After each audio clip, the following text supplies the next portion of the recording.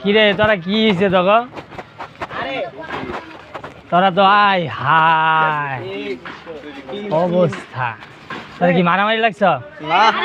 তাহলে কি কিরে বাইসা কি হয়েছে তোরা কি গ্যাঞ্জাম করছ এখনই এনে ভদ্র ছেলে খেলি আমি আর মিটু আর ফারুক না সমস্যা কি তখন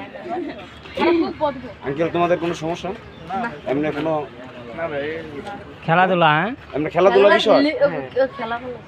আচ্ছা ঠিক আছে আরে পাগল পুরো